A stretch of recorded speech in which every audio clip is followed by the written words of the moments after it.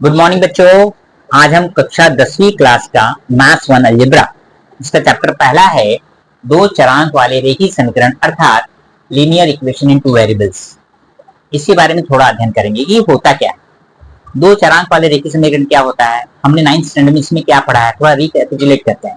ठीक है, अर्थात एक ऐसा समीकरण जिसमें दो चरों का उपयोग किया गया है और प्रत्येक चर का घात यहाँ पर एक है, जिसे हम कहते हैं दो चरांक वाले रेखीय समीकरण। तो दो चरांक वाले रेखीय समीकरण को जिसे हम यहाँ पर मैंने लिखा हुआ है, सामान्य स्वरूप है ax plus B Y plus C बराबर 0। यह है इसका सामान्य स्वरूप, लेकिन साथ में शर्तें भी हमें देखना पड़ेगा। ये जो x और y है ये दोनों चर संख्याएं, क्या है ये चर संख्याएं। साथ में x और y का जो घातांक है ये एक होना चाहिए। ठीक है, पहला शर्त। दूसरा क्या है, यहाँ पर जो संख्या a b c है, a b c ये सभी के सभी वास्तविक संख्या हैं।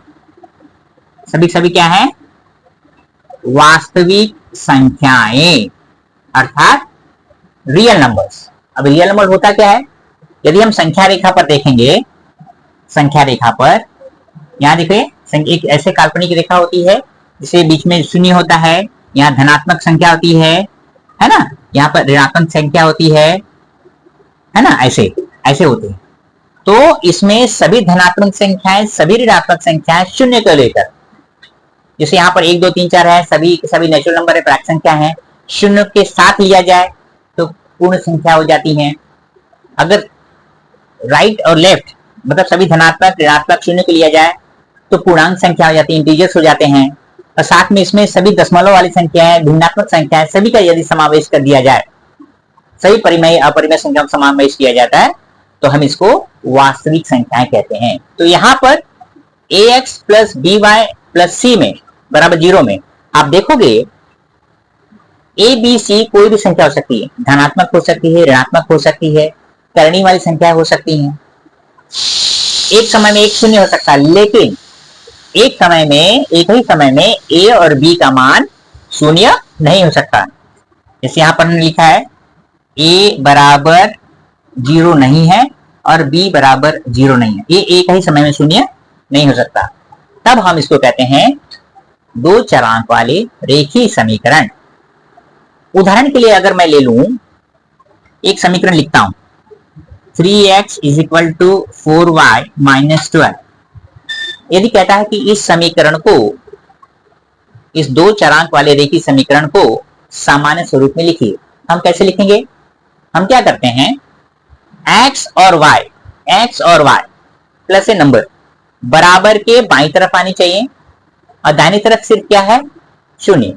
तो दाहिनी तरफ सिर्फ शून्य होना चाहिए, कुछ नहीं रहेगा, इसका अर्थ है वो शून्य रहेगा। जैसे यहाँ पर है 3x पहले ही है, 3x प्लस 4y है ना, यहाँ प्लस है लिखा नहीं है, प्लस 4y है, इसको बराबर के पहली तरफ लाइए, एक दूसरी तरफ लाइए, मतलब इनके साइड को आप चेंज कर रहे हो तो इनका जो चिन्ह है वो परस्पर बदल जाते हैं। धन संख्या है तो ऋण हो जाएगा, ऋण है तो धन हो जाएगा, गुणा है तो भाग हो जाएगा और भाग है तो गुणा हो जाएगा।